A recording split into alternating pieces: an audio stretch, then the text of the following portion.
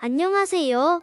복지정보, 생활정보, 건강정보부터 돈이 되는 일상생활들의 팁까지 정확한 정보로 꼼꼼하게 체크해서 빠짐없이 살펴봐드리는 복지도우미입니다. 오늘 영상도 대한민국 모든 여러분에게 도움되는 영상이길 바라면서 구독, 좋아요 꼭 부탁드려요. 구독, 좋아요 설정하시면 빠른 정보 알림되고 행복한 일만 가득하실 거예요. 지난 4월 26일 여의도 국회에서 연금개혁특별위원회 전체회의가 열렸습니다. 바로 기초연금, 퇴직연금 기금 운용 수익률을 주제로 개최한 전체회의인데요. 국회는 국민연금 개혁을 위한 국회 연금특위를 지난해 10월 출범한 바 있습니다. 아울러 연금특위 산하기구로 전문가 16명으로 구성된 민간자문위원회를 더 연금개혁의 방향성을 제시하도록 했는데요. 그러나 민간자문위원회는 지난 1월 말까지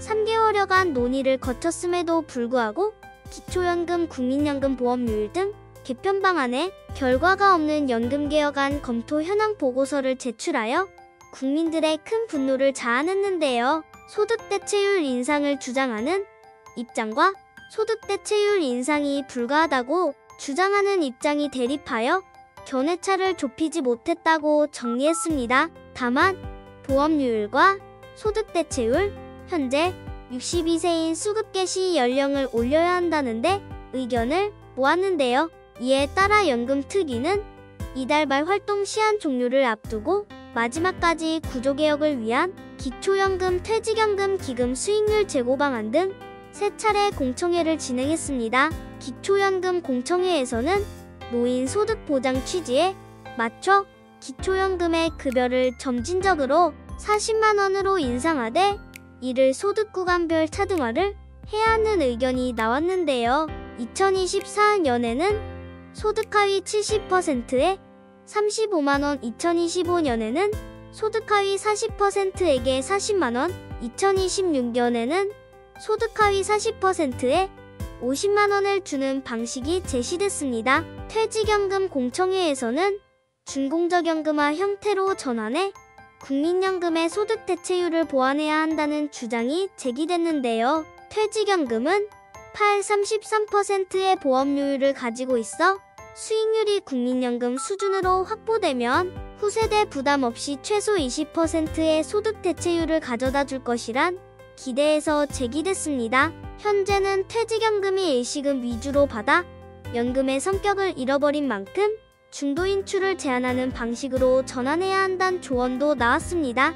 이날 기금 수익률 제고 방안 공청회에서는 기금운용위원회가 전문성을 갖출 수 있도록 거버넌스를 바꿔야 한다는 제안이 제기됐는데요.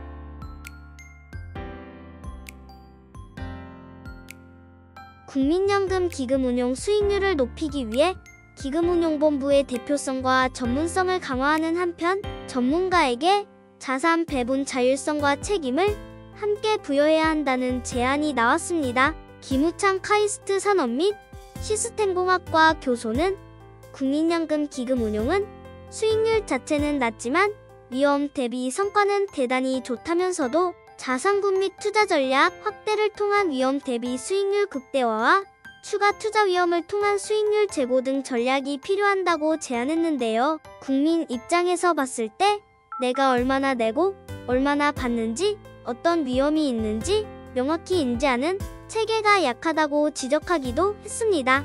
이어 기금의 역할을 정확히 정해야 최선이 나올 텐데 제도권에서 합의되지 않고 있다며 제도권 차원에서 기금의 역할을 정해야 한다고 발언했는데요.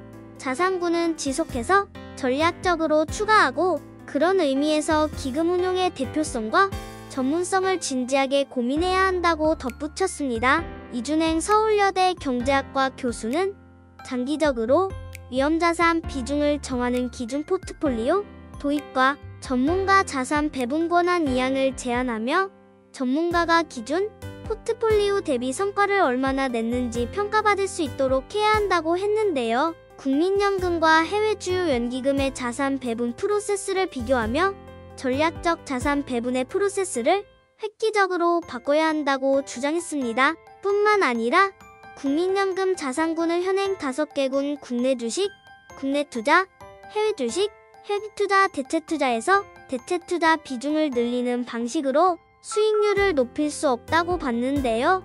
암호화폐 등 새로운 투자 부문이 나오는 만큼 자산군을 제한할 이유가 없다고 했습니다. 꼭 주식이 아니더라도 다양한 형태로 존재하는 자산군을 배분과 기준을 정하는 것을 전문가에게 맡겨 기금 분할을 통해 경쟁을 도입하면 좋겠다고도 했습니다. 토론에 참석한 여은정 중앙대 경영학부 교수는 연기금 거버넌스가 개선될 때 투자 수익률은 2% 이상 높일 수 있다는 실증 분석도 있다며 연금 제도를 정책 부문과 기금 부문을 분리해서 운영하는 것이 바람직하다고 제언했는데요. 기금운용심의위원회를 비롯해 산하 전문위원회들의 전문성이 강화될 필요가 있으며 기금운용본부도 가능하면 공단에서 분리해 독립적인 운용이 가능하도록 지원할 필요가 있다고 덧붙였습니다. 윤선중 동국대 경영학과 교수도 전문성을 확보한 전문가가 자산 배분 의사결정을 내려도 위험자산에 대한 투자는 항상 높은 수익률을 보장하지 않는다고 했는데요. 기금이 감내할 수 있는 위험도를 결정하는 과정에서 기준 포트폴리오를 제시하면 대표성과 책임성을 담보하는 주체가 이를 결정하고 위험자산에 대한 전문가 집단의 독립적이고 효율적인 투자가 가능하다고 했습니다. 이날 기금 수익률 제고 방안을 끝으로 국민연금만 놓고 보다가 기초연금과 퇴직연금 등을 함께 포함해 볼 수 있어 나름 성과가 있었다고 김성주 간사의 발언이 있었는데요. 국회의 연금개혁안이 아직 결론이 나지 않은 상태인 만큼 민간자문위 경과 보고서를 바탕으로 일반 시민 500여 명이 참여하는 공론화위를 꾸려 사회적 합의를 시도한다는 방침입니다. 이에 여야가 정치개혁특별위원회와 연금개혁특별위원회 활동 기한을 각각 6개월 연장하기로 하였는데요. 국회 정개와 연금특위 과연 10월까지 연장한 만큼 어떤 연금개혁안을 내놓을지 궁금해집니다. 오늘은 젊은 층부터 어르신분들까지 걱정인 연금에 대한 내용을 살펴봤는데요. 대한민국 모두 행복해지는 그날까지 다음 영상도 좋은 정보와 혜택 가득한 소식으로 찾아뵙겠습니다. 알찬 정보였다면 구독과 좋아요 잊지 마시고 꼭 부탁드립니다. 감사합니다.